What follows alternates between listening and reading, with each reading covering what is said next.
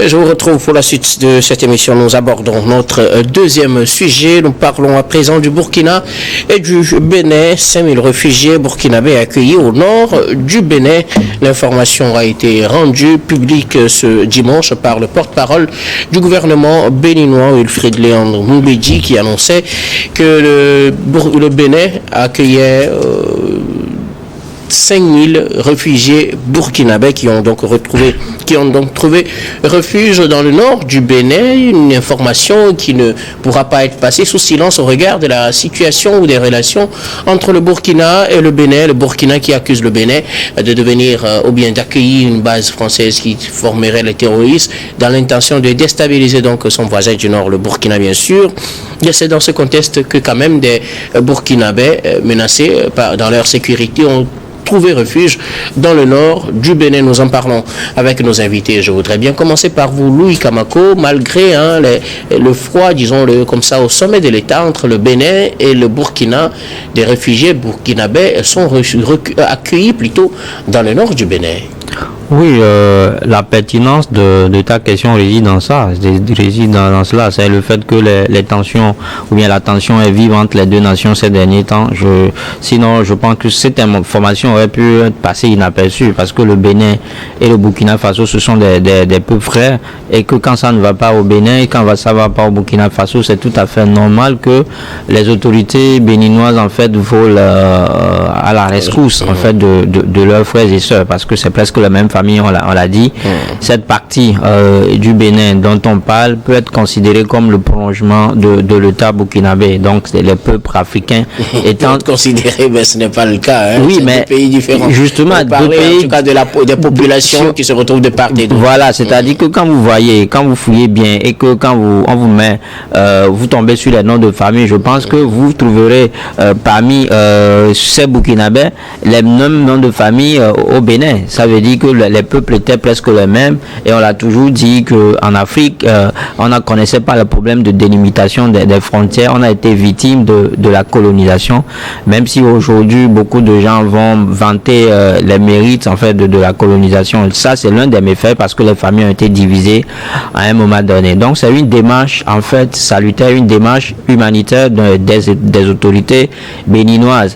L'information, tu l'as dit, elle est donnée par le porte-parole du gouvernement, Monsieur Moubedi, qui en dehors de son statut de politique a été journaliste. Ça veut dire que s'il le dit, ça veut dire qu'il y a une certaine véracité, il y a une certaine authenticité de l'information qui a été donnée. Je le dis parce que les autorités burkinabées ne l'ont pas encore confirmé.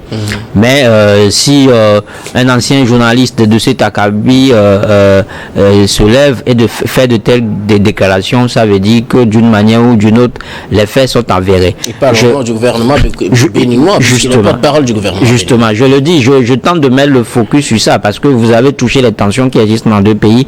Ça veut dire tout simplement que peu importe ce qu'on nous sert aujourd'hui, il y a quand même une bonne entente entre les deux États. C'est-à-dire que ça veut dire que le Bénin entretient toujours de bonnes relations avec les autorités burkinabées, et que le pays n'est pas dans la logique de garder les dents contre les militaires qui sont au pouvoir au Burkina Faso.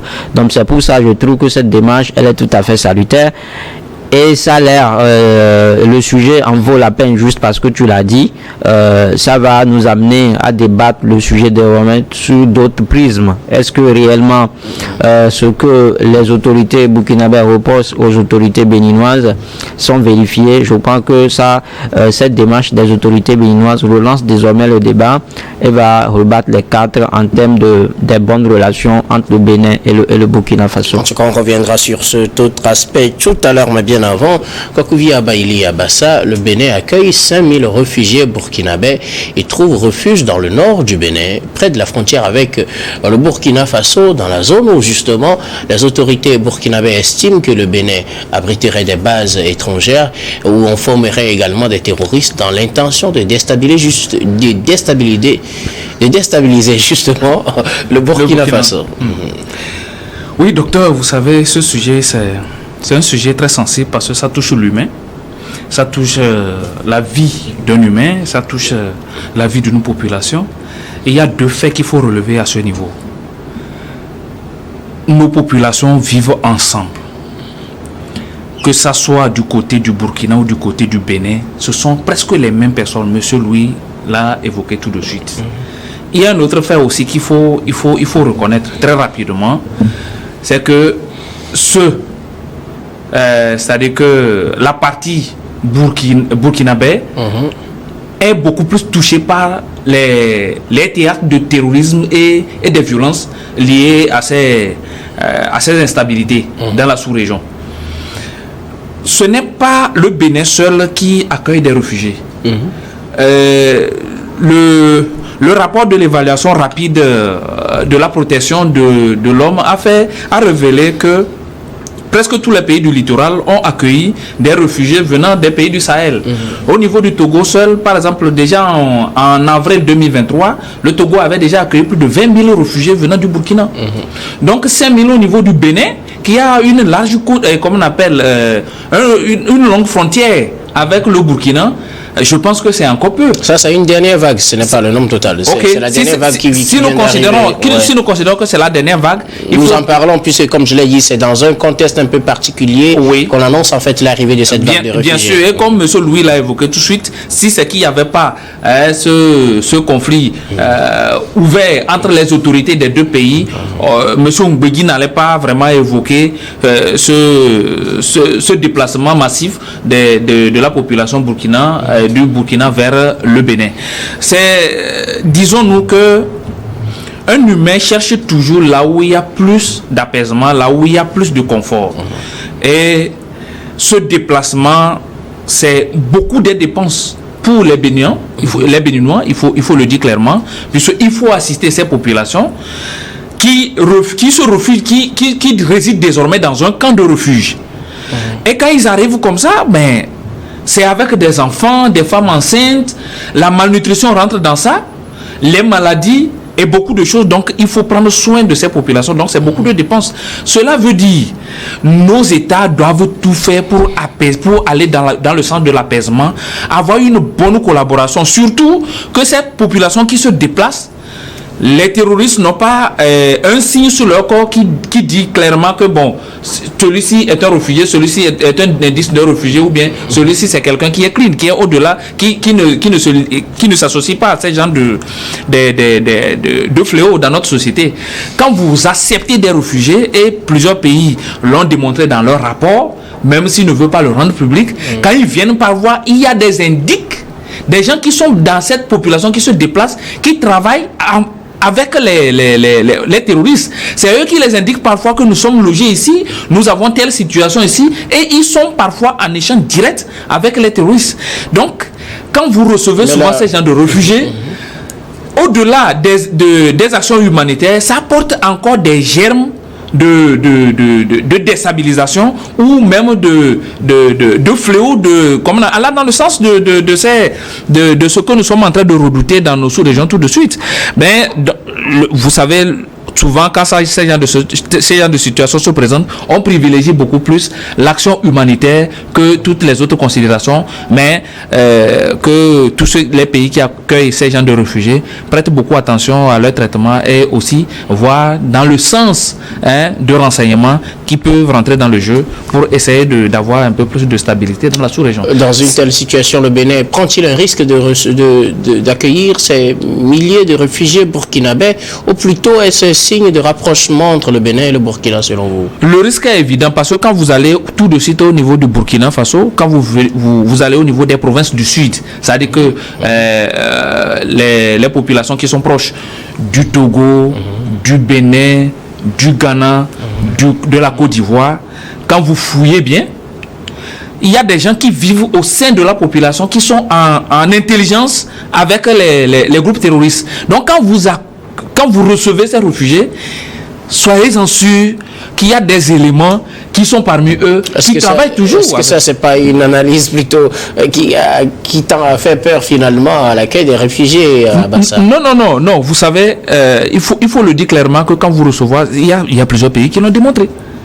Que quand vous recevez ces gens de réfugiés, il faut savoir qu'il y a des gens parmi eux qui sont souvent des indices des terroristes. Et c'est pour cela que les terroristes arrivent toujours à avoir des informations qui échappent toujours à certains États.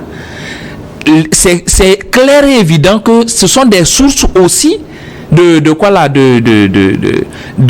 d'expansion du terrorisme. Mais on ne peut que les accueillir. Vous ne pouvez pas voir une population qui se déplace avec les femmes, des enfants, des femmes enceintes, des gens qui vraiment redoutent ces attaques terroristes qui arrivent au niveau de votre frontière. Vous allez les refuter. Surtout que ce sont des gens qui partagent même prenons par exemple l'exemple du Bénin, du Burkina. Il y a certaines personnes qui quittent certaines provinces du Burkina pour venir à l'école au niveau du Bénin et ils retournent le soir, vice versa. Donc ce sont des populations qui vivent ensemble. Donc quand vous accueillez ces gens de réfugiés, c'est vrai, c'est l'action humanitaire, on veut beaucoup plus voir les actions humanitaires, mais il faut que le renseignement l'accompagne. Merci beaucoup à vous. Alors, Louis Kamako, ma question, est-ce une manière pour le Bénin de tendre une fois encore la main au Burkina pour dire, malgré tout, nous, on continue par accueillir vos réfugiés, ou plutôt un risque que le Bénin prend quand on suit un peu l'analyse faite par Kokouvia Baïli Abassa? Non, je crois que ici, le Bénin n'a pas de choix. C'est-à-dire que le Bénin ne peut pas refuser le droit de refuge en fait à ces populations-là. On l'a dit que c'est une situation humanitaire et que les deux peuples sont presque les mêmes. Et quand vous voyez aussi parfois, ça dit que c'est un fait qui n'est pas sans conséquence. Et ça, je crois que Abaïli l'a bien ainsi développé. C'est-à-dire que parmi les réfugiés, il y a des gens qui, vous m'excusez, mais qui sont animés d'un esprit de banditisme, de voler, tout cela. Donc quand ça vient, ça renforce d'une manière ou d'une autre le taux de criminalité dans le pays d'accueil. Mais aussi, ce qu'il faut également souligner, c'est que parfois ce sont les populations qui choisissent leur terre d'accueil.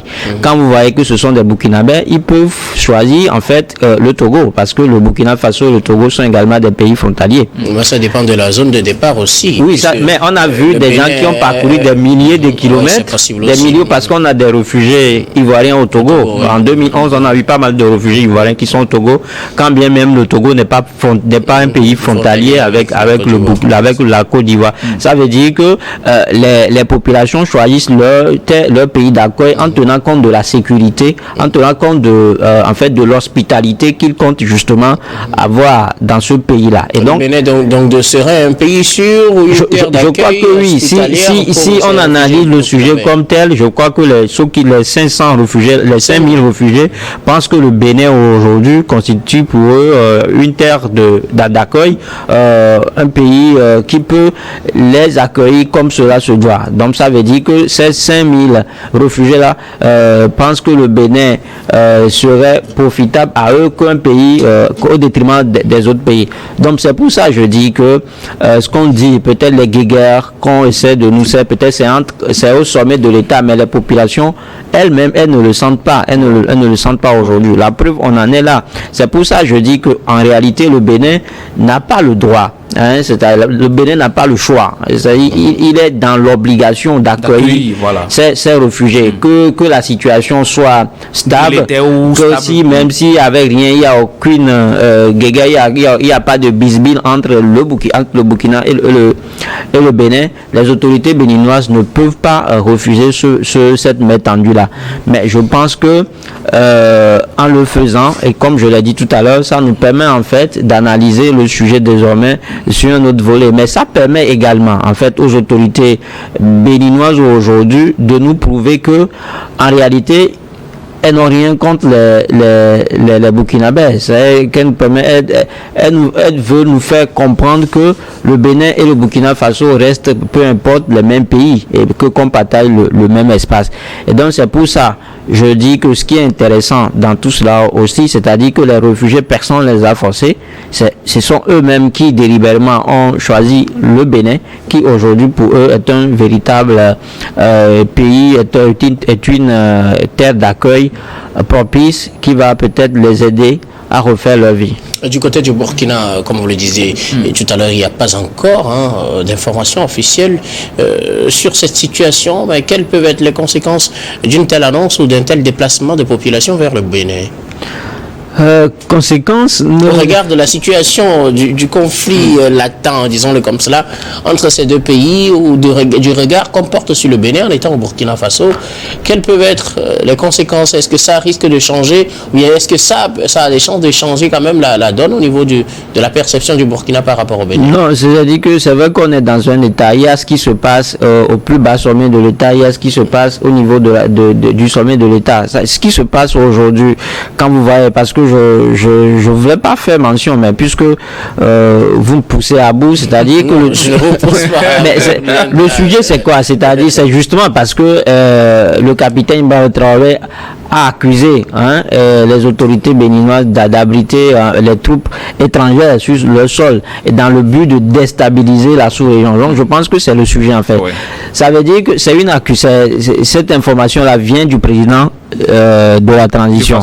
Donc ça veut dire que ce qui est dit là-bas, en réalité, ça ne concerne pas trop les peuples qui sont en souffrance. Il a dit qu'ils n'ont rien avec le peuple béninois. Voilà, justement. Avec ceux qui dirigent justement, si justement le président a pris bien soin de préciser qu'ils n'ont rien avec le peuple béninois, ça veut dire qu'ils n'ont rien avec les peuples entre eux. Il n'y a pas de guerre entre eux. Il n'y a pas de guerre entre eux. Ça veut dire que c'est une guerre peut-être diplomatique. Je veux parler même d'incident diplomatique entre le président Patrice Talon et son homologue burkinabé Ibrahim Traoré. Donc ça peut se gérer entre eux, mais quand les peuples ils trouvent que ils ont besoin de s'entraider, quand ils trouvent qu'ils ont besoin des uns des autres, je ne pense pas que eux ils vont se faire des économies.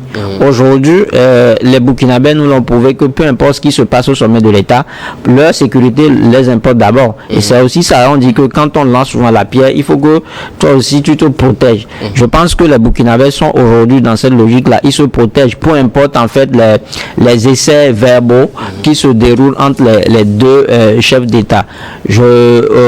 Ça va, peut-être tu l'as dit, peut-être du côté du Burkina Faso, ça va peut-être amener les gens à sceptiser d'une manière ou d'une autre leurs propos. Ça va essayer justement de revoir leur discours. Ça va également peut-être, parce que ça va susciter encore de nouveaux débats comme je l'ai dit, ça va amener le président du Faso, IB, si réellement il détient les preuves selon lesquelles le Bénin dispose des bases militaires sur son sol, ça va peut-être l'amener à exhiber ces preuves-là aux yeux et au vu de tout le monde. Et donc, demander à ces populations de ne plus aller au Bénin? Non, je ne pense pas qu'il va demander à ces populations de ne plus aller au Bénin. C'est-à-dire que il faudrait qu'il assume la sécurité de cette population. Voilà, est-ce qu'aujourd'hui, ces populations-là sont en sécurité? Est-ce qu'elles se sentent en sécurité au Burkina Faso? C'est de ça qu'il est question. Le Bénin ne peut pas, comme je l'ai dit, le Bénin jusque-là n'a pas refusé d'accueillir ses voisins burkinabés. Et donc le président n'a pas le droit aujourd'hui de dire à ses compatriotes de ne pas choisir comme terre d'asile le Bénin. Le président ne peut pas imposer à ses compatriotes leur terre d'accueil. Oui. Donc ça veut dire que tout simplement les peuples se sentent, comme je l'ai dit, ces populations se sentent plus en sécurité au Bénin qu'au Togo ou bien en Côte d'Ivoire. Du moins qu'au Burkina quand même. Oui, voilà, c'est pour cela justement qu'elles ont choisi le Bénin. Donc c'est pour ça que je dis que du côté de l'État, au sommet de l'État burkinabé, ça va amener les uns les autres à revoir leur façon de communiquer, à revoir justement les relations diplomatiques qui existent entre les deux pays.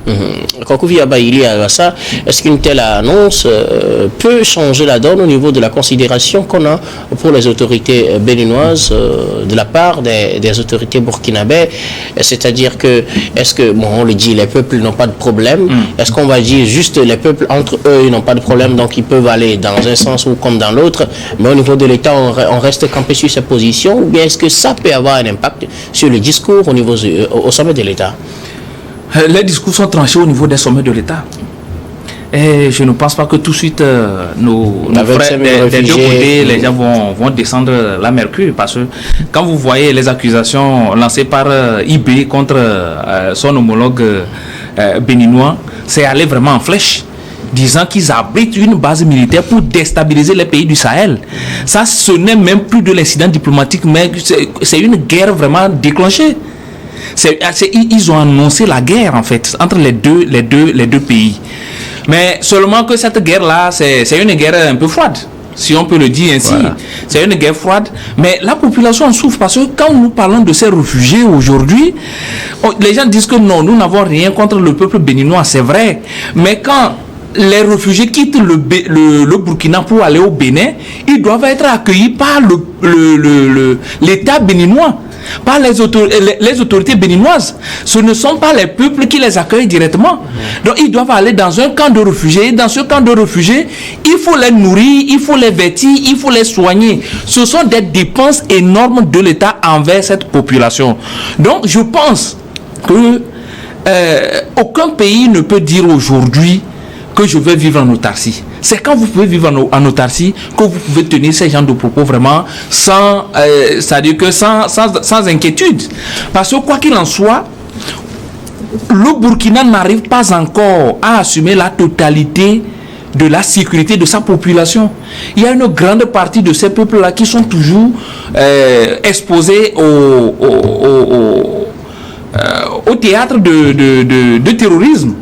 Les terroristes continuent toujours pas à attaquer les populations du Burkina, même si nous reconnaissons les efforts qui sont faits par les autorités du Burkina à l'heure actuelle. Maintenant, en déclarant la guerre, en disant clairement que... Non, je suppose que c'est pas une déclaration de guerre. C'est une déclaration de guerre. On va pas trop... Si je vous annonce, si je vous dis clairement, je le dis publiquement, ce n'est pas dans un courrier diplomatique ou bien dans une décision diplomatique que ça a été fait. C'est devant un peuple, devant les caméras qu'on a annoncé clairement que le Bénin abrite une base militaire pour attaquer les pays du Sahel. Mais on n'a pas dit qu'on va attaquer le Bénin. Militairement ou diplomatiquement, c'est une déclaration de guerre. Ce serait une déclaration, je suppose, que ce serait une déclaration. Ils sont en guerre froide actuellement. Il y a la guerre froide entre le Bénin, entre le Bénin et le Burkina aujourd'hui. Il y a une guerre froide comme le Bénin et le Niger. Et eux-mêmes se disent, quand tu touches l'un des pays, c'est que bon, c'est toute la sous-région. Donc, je dis indirectement, le Mali est impliqué dans cette guerre froide. Donc, les pays de l'AES c'est-à-dire que ont quelque chose contre le Bénin aujourd'hui, ou le Bénin a quelque chose contre les pays de l'AES aujourd'hui. Donc, disons-nous clairement que ce sujet, c'est un sujet très compliqué. Et il faudrait qu'on rentre dans la logique où il faut que la mercure diminue entre les deux pays pour que les gens puissent travailler en intelligence pour arrêter ce fléau. Parce que, quoi qu'il en soit aujourd'hui, on dit que les terroristes qui attaquent le Bénin ou le Burkina sont beaucoup, ou le Togo, sont beaucoup plus du côté du Burkina. Ils font des incursions. Donc pour les attaquer, pour éradiquer ce phénomène, il faut vraiment que les États travaillent ensemble. Le Bénin et le Burkina doivent travailler ensemble pour neutraliser ces terroristes au niveau de la frontière des deux pays. Ça doit être de la même chose entre le Togo et le Burkina. Donc s'il y a ces attaques, entre, comment on appelle, ou ces déclarations va-t-en-guerre ou des conflits ouverts entre les dirigeants, je me demande est-ce que ceux qui gèrent ces crises peuvent vraiment travailler en intelligence pour essayer d'éradiquer ces terroristes. Si les terroristes savent aujourd'hui qu'on veut les frapper au niveau du côté des provinces du sud du Burkina, ils peuvent courir rapidement et rentrer au niveau du Bénin pour trouver du refuge. Et quand les militaires vont replier, ils vont remonter si il n'y a pas d'échange d'informations ou de renseignements entre les deux pays. Si un pays vous accuse que vous êtes en train de loger une base militaire étrangère chez vous pour l'attaquer, cela veut dire qu'on ne peut pas échanger des renseignements avec vous. Et si les renseignements ne passent pas, vous ne pouvez pas éradiquer ce phénomène. Et là, c'est la population que nous sommes en train de dire, que nous sommes en train de protéger, qui reçoit les coups. IB est dans son palais. Patrick Talon est dans son palais. Mais le peuple au nord du Bénin et au sud du Burkina, est-ce eux, ils ont cette sécurité que les présidents qui se lancent des mots bénéficient? Donc c'est un peu difficile. Il faudrait que ces pays-là, les dirigeants de ces pays, rentrent dans les discussions franches, que le Bénin prouve à suffisance avec des quoi là, que ce sont des instructeurs étrangers que nous avons accueillis chez nous pour nous aider. C'est vrai, nous achetons les armes auprès de la France ou les pays qui nous assistent ou qui sont venus pour nous instruire, pour former nos éléments, pour que le Burkina soit rassuré. C'est vrai, les Béninois disent toujours que ce sont des instructeurs étrangers qu'ils reçoivent chez eux. Mais le Burkina aussi ne nous a pas encore brandi les preuves réelles tout de suite que c'est une base militaire étrangère. Donc je pense que c'est vrai. Chacun se dit que bon, je suis plus de l'idéologie de la Russie et d'autres beaucoup plus de la France. Et peut-être c'est cette guerre entre Européens là qui se transporte chez nous petit à petit. Mais il faudrait quand même que nous allons au-delà de ces considérations de pays amis, de pays frères, pour aller beaucoup plus dans l'intérêt du peuple. Merci beaucoup à vous, Kokouvia Baïlias Bassa. Quelque chose à ajouter, Louis? Non, mais ce qui est ajouté, c'est justement, c'est-à-dire que l'heure est venue pour les uns les autres de nous prouver réellement que toute cette histoire-là n'est que du fake, comme les gens le disent en fait. C'est vrai que j'ai eu à écouter le porte-parole des forces armées béninoises ce week-end sur une chaîne locale où il a justement, il a démenti l'information et il disait que c'est vrai que le Bénin a des bases militaires sur son sol, mais ce sont des bases militaires nationales. Ça veut dire que le pays même est victime des incursions terroristes ces derniers temps. Et donc, il dit que compte tenu de cela, pour riposter ou bien pour rouspester, le gouvernement a jugé bon de construire de nouvelles bases militaires. Ça veut dire que ça commence justement pas venir. Donc je pense que les autorités béninoises gagneraient mieux en communiquant comme cela se doit sur cet aspect-là pour se laver de tout soupçon. Parce qu'aujourd'hui tout le monde a les yeux rivés sur eux. Le Bénin avait eu déjà un antécédent avec le Niger. Dans la volonté ou bien dans l'objectif de la CEDEAO de vouloir réhabiliter le président déchu Mohamed Bazoum. Et donc je pense que sur ce plan-là, les gens pensent qu'aujourd'hui le Bénin est prêt à tout pour déstabiliser ou bien pour mettre les bâtons dans les roues des États qui constituent en fait l'alliance des États du Sahel aujourd'hui. Donc c'est pour ça aujourd'hui que je trouve que si réellement les autorités béninoises trouvent qu'elles n'ont rien à reprocher dans cette histoire-là, il faut communiquer sérieusement comme cela se doit. Parce que le sujet devient inquiétant quand vous voyez ce que dit IB. Parce qu'aujourd'hui, quoi qu'on dise, ils disposent en fait, c'est-à-dire que ces trois États-là, le Mali, le Niger et le Burkina Faso, disposent d'un service de renseignement efficace qui leur permet d'avoir un certain nombre d'informations. Et quand vous voyez que les terroristes du côté du Burkina Faso sont retraités, sont repoussés jusqu'au dernier retranchement, mais après, quelques jours après, ils reviennent en force. Ils reviennent encore en force et en masse et bien équipés. Donc les gens se demandent, mais où est-ce qu'ils trouvent les matériels? Mais ils ne viennent pas dans le sens du Bénin quand même. Mais jusque-là, on ne sait pas d'où ils viennent en fait. Il faut voir les localités où on frappe. C'est pour ça tout à l'heure, je disais que ces pays disposent d'un service de renseignement maintenant bien sophistiqué. Ça veut dire que IB ne peut pas se lever et tenir de telles déclarations comme ça. Parce que quelqu'un l'a dit qu'en quelque sorte c'est une guerre ouverte. C'est-à-dire que la déclaration a été faite devant le peuple burkinabé. C'est pour justement dire en fait au Burkinabé qu'aujourd'hui nous sommes d'une manière ou d'une autre en guerre contre un État voisin. Et donc prenez vos dispositions. C'est à peu près le message. C'est ça. C'est le message. Mais voilà les mêmes populations qui font le contraire. Voilà, c'est pour ça que je dis qu'aujourd'hui, et je pense qu'Abassa l'a dit, que quand ça brouille au sommet de l'État, c'est les populations en fait qui fait les pots cassés. C'est-à-dire que c'est la guerre entre l'éléphant et les zèbres, quoi. Quand c'est comme ça, quand les éléphants se battent, deux éléphants se battent, c'est-à-dire que ce sont les zèbres qui sont piétinés. Donc c'est ça la situation aujourd'hui. Maintenant, il revient en fait aux populations victimes de trouver refuge. Et c'est pour ça d'ailleurs que je suis parfaitement d'accord avec Abibassa quand il dit qu'il est temps pour les pays de se coaliser justement pour faire face aux terroristes. Parce que quand ça continue comme ça, quand ils sont divisés, ça profite aux terroristes et eux ils auront aussi longtemps que cela se doit le vent en poupe. Et ça, comme je le dirai jamais assez, ce sont les pauvres populations qui payent les pots cassés, malheureusement. Merci beaucoup à vous pour vos contributions. Nous allons remarquer la pause pour le journal, puis on revient juste après pour la suite de cette émission.